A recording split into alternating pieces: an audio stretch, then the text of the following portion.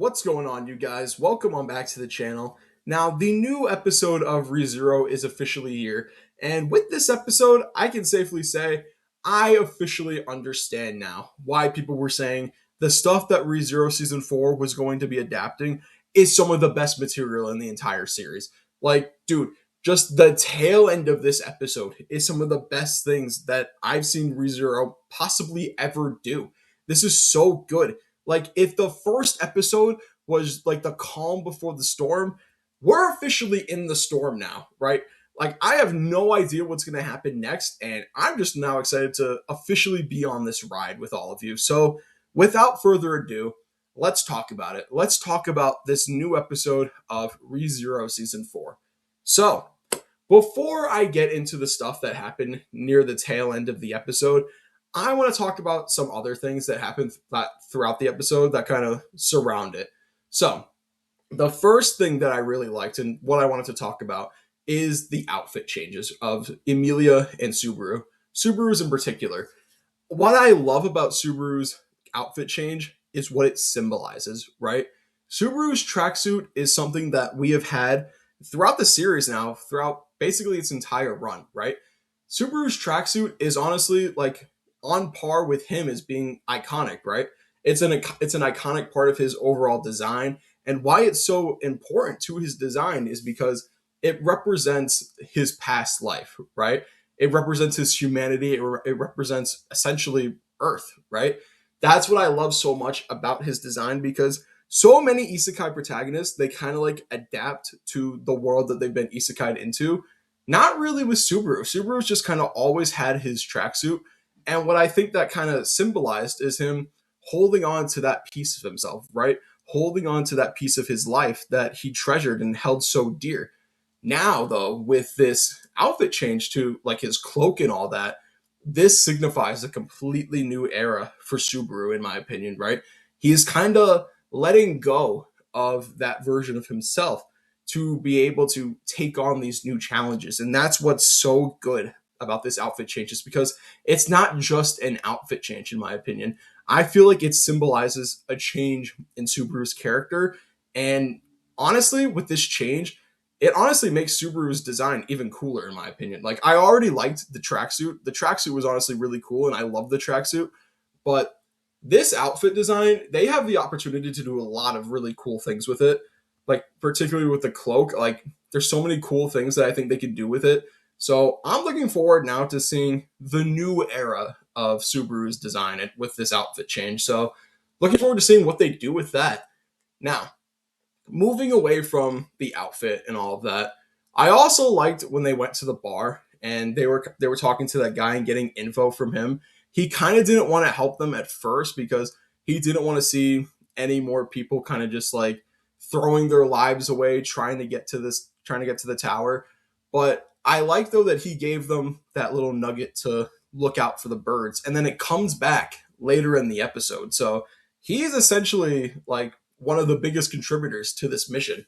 Like, the fact though too that Reinhard wasn't able to get to this tower, and I think it's also because Reinhard might not have like really asked for help or anything like that. I think he kind of maybe thought like with his power he would have been able to just get there, but I don't think he even took into account like maybe asking the locals, like seeing how he could possibly get there.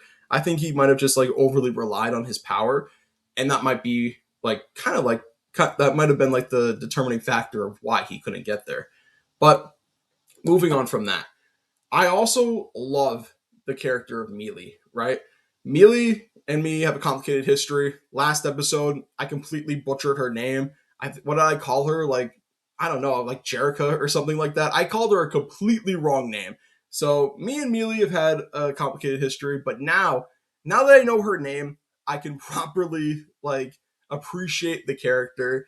And dude, Meili is really cool. She's actually the unsung hero and is actually like the best member of the party simply because she's able to keep the mob beasts away from them, right? Like, she literally shows off to Subaru that she's the one that's keeping them at bay because as soon as she snaps her fingers, the mob beast, like the sandworm, comes out of the sand and tries to attack Subaru. And then when she snaps her fingers again, it kind of goes dormant again. So that's what's so cool about Meili, man.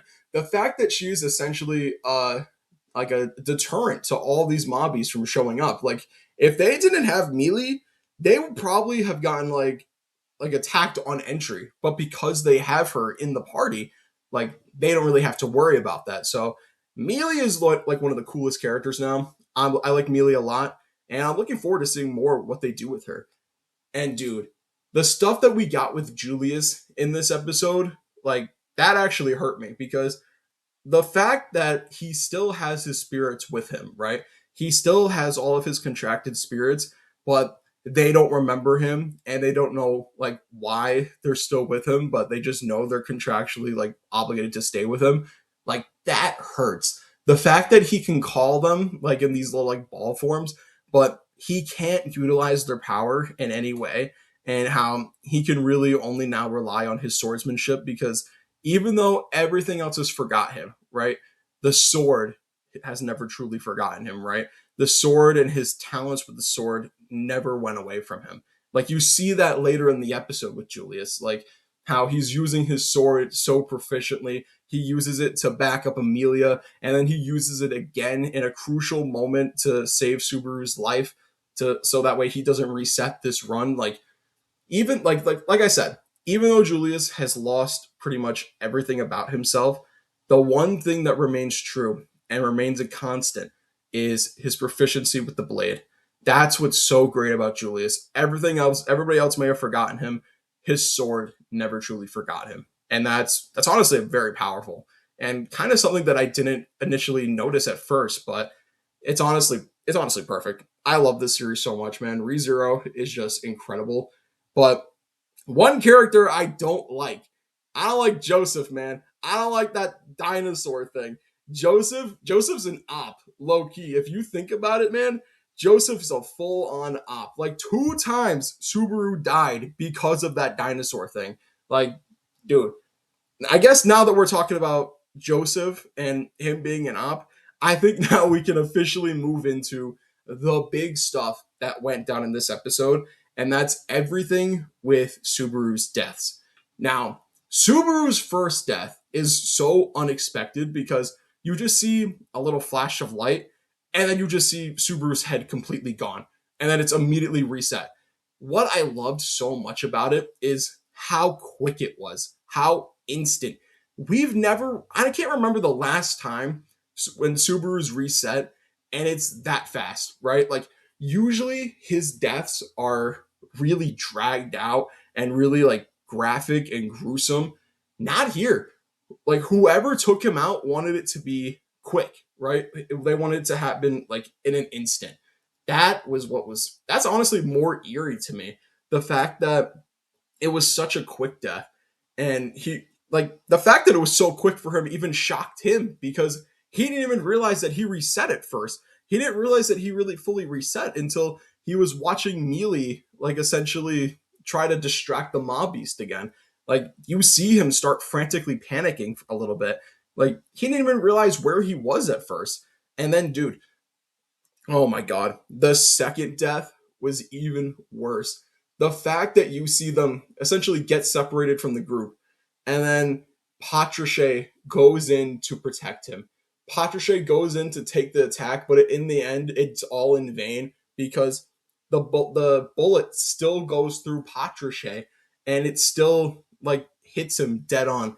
And you see Beatrice just start breaking down, sobbing because she doesn't want to be left alone. And then it harkens back to everything that happened with her in season 2, how she doesn't want to be left alone. And the whole reason why she even agreed to be contracted to Subaru is because he promised her that he would never leave her alone, right? They would always be together. And in this instance, he's about to go away, right? And Beatrice doesn't know what to do with that notion. So you just see her completely break down in Subaru's arms, telling him that she doesn't want to be alone. She doesn't want him to leave her. And then what made it even worse was whoever was in that tower went and shot her too. And dude, when she dies and you just see her kind of like float away like just the light, dude, that hurt me too because it kind of felt like whoever shot her was trying to put her out of her misery. I don't know what that entails. I don't know if that could be like a sign for the future, but that was what was really telling too. The fact that whoever shot her either was putting her out of her misery or just wanted to finish off Subaru again. Like that might just be what it is because they probably realized that Subaru wasn't dead, so they probably just wanted to finish him off, and Beatrice just happened to be in the line of fire. But that was just such an impactful death. That might be one of the best deaths that have happened in a while too. And then what I loved about the third go around though is that he tells Biko that he loves her before using the power, and then he's able to calm down the Jonathan by scratching his ear, or not his ear, his chin, so that way he gets him to settle down. Because Jonathan's an op, man. You gotta always be on the lookout for him, especially when some mobbies are around, because he's just gonna want to roar at them. That dude, I hate that thing.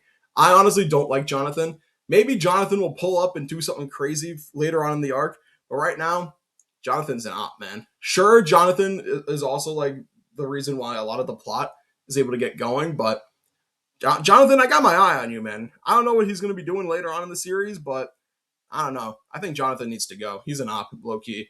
But no, that's enough about the Jonathan hate.